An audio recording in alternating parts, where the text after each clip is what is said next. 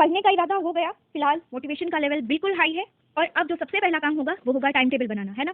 अगर आपके साथ भी ऐसा होता है और आप टाइम टेबल बनाते हैं या बनाते थे तो आपको याद होगा कि आपकी रफ कॉपी में या डायरी में लास्ट पेजेस पता नहीं कितनी बार टाइम टेबल की भेंट चढ़ चुके हैं और ये वो टाइम टेबल होता था जो फॉलो ज्यादा से ज्यादा एक हफ्ता ही हो पाता था। एक हफ्ता मैं कुछ ज्यादा बोल रही हूँ, इससे भी कम टाइम तक। क्यों? ऐसा इसलिए नहीं होता था कि हमारा मोटिवेशन लेवल कम हो जाता था या कुछ और बात, ऐसा इसलिए होता था क्योंकि ये जो टाइम टेबल बनाया है ये बिल्कुल गलत होता था। अगर इसी तरह का टाइम टेबल आपका था तो बिल्कुल बिल्कुल गलत टाइम टेबल है, या इस तरह का होता था तो भी बिल्कुल गलत है, क्योंकि ये जो टाइम टेबल है जिसमें टाइम फिक्स कर दिया गया है कि 5:30 बजे उठना है, 6:15 बजे पढ़ना है, 6:45 बजे स्कूल के लिए निकलना है, ये सब इंसान डेली सेम टाइम पे कैसे कर सकता है? हम इंसान ही, कोई रोबोट नहीं है।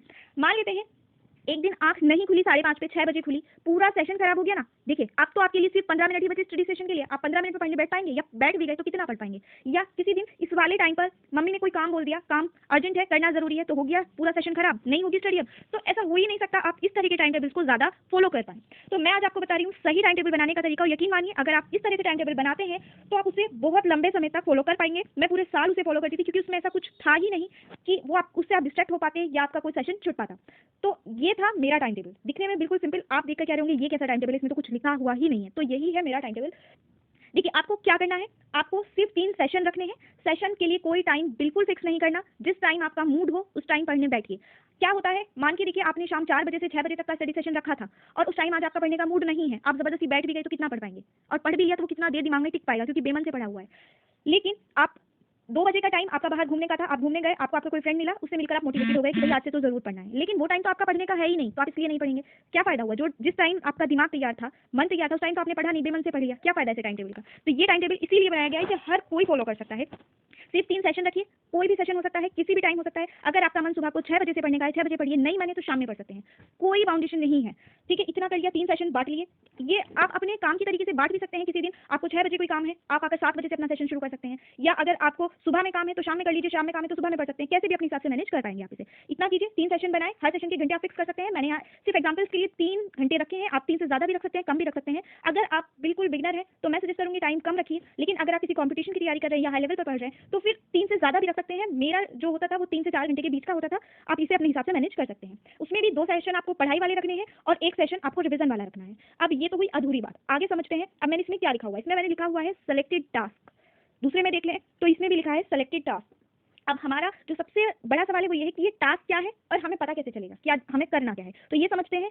अब देखिए, मान लेते हैं सबसे पहले टास्क वो है जिसे आपको एक दिन में कंप्लीट करना है। वो आपका पूरा चैप्टर हो सकता है, आधा चैप्टर हो सकता है, कोई एक टॉपिक हो सकता है, या जो भी। अब ये होता है कि हमें पता कैसे चलेगा कि हमें पढ़ना क्या है। देखिए अगर आप ऐसे ही किताबें उठा के पढ़ने बैठ जाते हैं तो बहुत सारा टाइम आपका ये सेलेक्ट करने में चला जाता है आज आपको कौन सा टॉपिक पढ़ना है, और जब आपका डिफिकल्ट टॉपिक आता है आप उसे छोड़कर इजी वाला देखने लगते हैं। इसी वजह से पूरा सिलेबस आपका कंप्लीट हो ही नहीं पाता। तो बेहतर ये कि टास्क पहले से तय हो आज आपको क्या करना है। अब ये टास्क कैसे ढूंढना है, क्या करना है, वो समझते हैं। सबसे पहले आपको देखिए, यहाँ मैं उन लोगों का एग्जांपल्स ले रही हूँ जिन्हें सारे ही सब्जेक्ट्स पर बराबर मेहनत करनी है, क्योंकि देखिए ऐसा भी हो सकता है आपको सारे सब्जेक्ट पर बराबर मेहनत करनी हो, या ऐसा भी हो सकता है कि आपके 2 या 2 से ज्यादा सब्जेक्ट तैयार हो और कुछ पे मेहनत करनी हो। तो ये हो सकता है, यहाँ मैं फिलहाल इनका एग्जांपल्स ले रही हूँ। तो सबसे पहला काम हमें क्या करना है, हमें ब्रेक करना है अपने सिलेबस को। मान लेते हैं हमें 5 सब्जेक्ट कवर करने हैं, तो मैं क्या करती थी, 5 सब्जेक्ट्स के साथ एक रिवीजन सेशन को छोड़कर टोटल काउंट करती थी 6 सब्जेक्ट। ठीक है, अब टाइम मान लेते हैं 3 महीने का टाइम हमारे पास है, यानी 90 दिन। आप इसे कम या ज्यादा कर सकते हैं अपने हिसाब से, आपके पास ज्यादा टाइम है तो ज्यादा मन से यहाँ लिख सकते हैं, कम है तो ऐसे कर सकते हैं, जो भी आपका अपना हिसाब है उस हिसाब से कर लीजिए।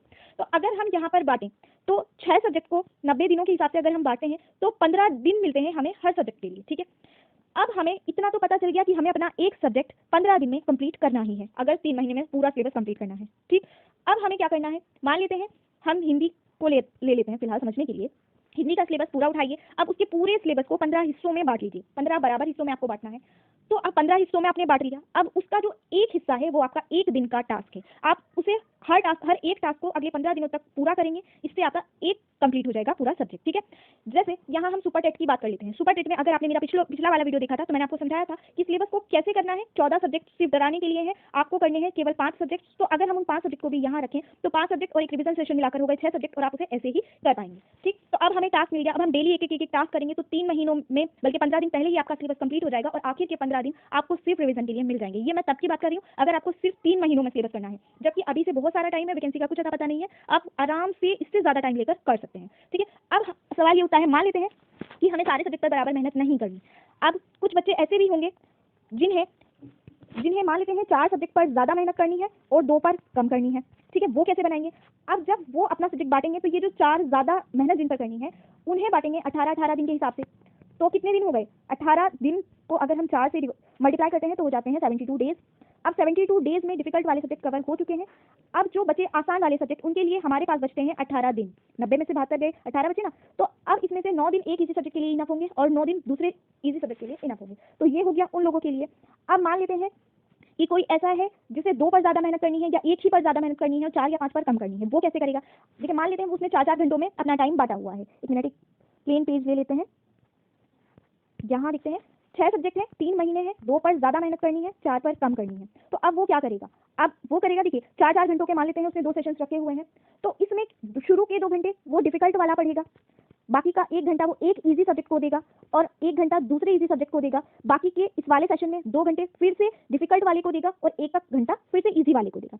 बिल्कुल ऐसे अच्छे से हो जाएगा। या आप ऐसे कर सकते हैं, अगर आपका सिर्फ एक सब्जेक्ट मुश्किल है, मान लेते हैं आपका मैथ्स मुश्किल है, बाकी सब्जेक्ट आप कर लेंगे इजीली, तो फिर आप ऐसे कर सकते हैं कि दिन के कोई 2 घंटे मैथ्स के लिए बिल्कुल रिजर्व कर दीजिए, बाकी सारों घंटों में आप सारे सब्जेक्ट डेली पढ़ते रहिए। मतलब आपको मैथ्स डेली करना है, बाकी आपको किसी दिन कोई सब्जेक्ट कर लिया, किसी दिन पहले हिंदी कंप्लीट कर ली, फिर इंग्लिश कर लिया, इस तरह से करके आप बाकी कर पाएंगे, लेकिन मैथ्स शुरू से आखिर तक 3 महीने लगातार चलेगा। इससे आपके सारे सब्जेक्ट आसानी से हो जाएंगे। मुझे पूरी उम्मीद है आपको ये टाइम टेबल बिल्कुल अच्छे से समझ आ गया होगा। आपको अपने सब्जेक्ट बांटने हैं, उसके साथ एक रिवीजन सेशन वाले को भी सब्जेक्ट मानकर तब उसे डिवाइड करना है। फिर अपने दिनों को डिवाइड कीजिए, मंथ्स को, कितना कितना डेज आ रहा है एक सब्जेक्ट के लिए, कितने दिन इनफ है आपके लिए, वो सेट कीजिए। अपना गोल यानी अपना टास्क निकालिए, पूरे सिलेबस को डिवाइड कीजिए और उसमें फिल कर दीजिए। आपको डेली पता होगा आज आपको क्या कंप्लीट करना है, क्या नहीं करना है, मोटिवेशन बना रहेगा, टाइम बिल्कुल वेस्ट नहीं होगा ये समझने में कि आज क्या पढ़ना है क्या नहीं, और टाइम रहते आपका सिर्फ सिलेबस ही कंप्लीट नहीं होगा, रिवीजन भी कंप्लीट होगा। और अगर आपके पास ज़्यादा टाइम बच जाता है तो आप एक से ज़्यादा बार रिवाइज कर पाएंगे। तो ये था बिल्कुल सही प्लान जो हर किसी को फॉलो करना चाहिए, और कोई टाइम की बाउंडेशन नहीं है। हाउस वाइफ है, उनके पास रात का और सुबह का टाइम होता है, वो उस टाइम पढ़ सकती हैं। स्टूडेंट्स हैं, उनको स्कूल या कॉलेजेस के बाद टाइम मिलेगा, वो उसके बाद पढ़ पाएंगे। कोई पार्ट टाइम जॉब कर रहा है, वो अपनी जॉब के बाद आकर पढ़ पाएगा। तो अपने हिसाब से इसे मैनेज कर सकते हैं। कोई इसमें ऐसा रॉकेट साइंस नहीं है कि बहुत मुश्किल है इसे समझना या इसे फॉलो करना। तो बस मुझे आज यही शेयर करना था आपके साथ। आई होप आपके लिए बहुत हेल्पफुल रहा होगा, और अगर रहा है तो प्लीज इसे लाइक कीजिए, अपने दोस्तों के साथ शेयर कीजिए ताकि उनकी भी हेल्प हो सके। और अगर आपने अब तक मेरा चैनल सब्सक्राइब नहीं किया है तो प्लीज मेरे चैनल को सब्सक्राइब करना मत भूलिए। Thank you so much for watching.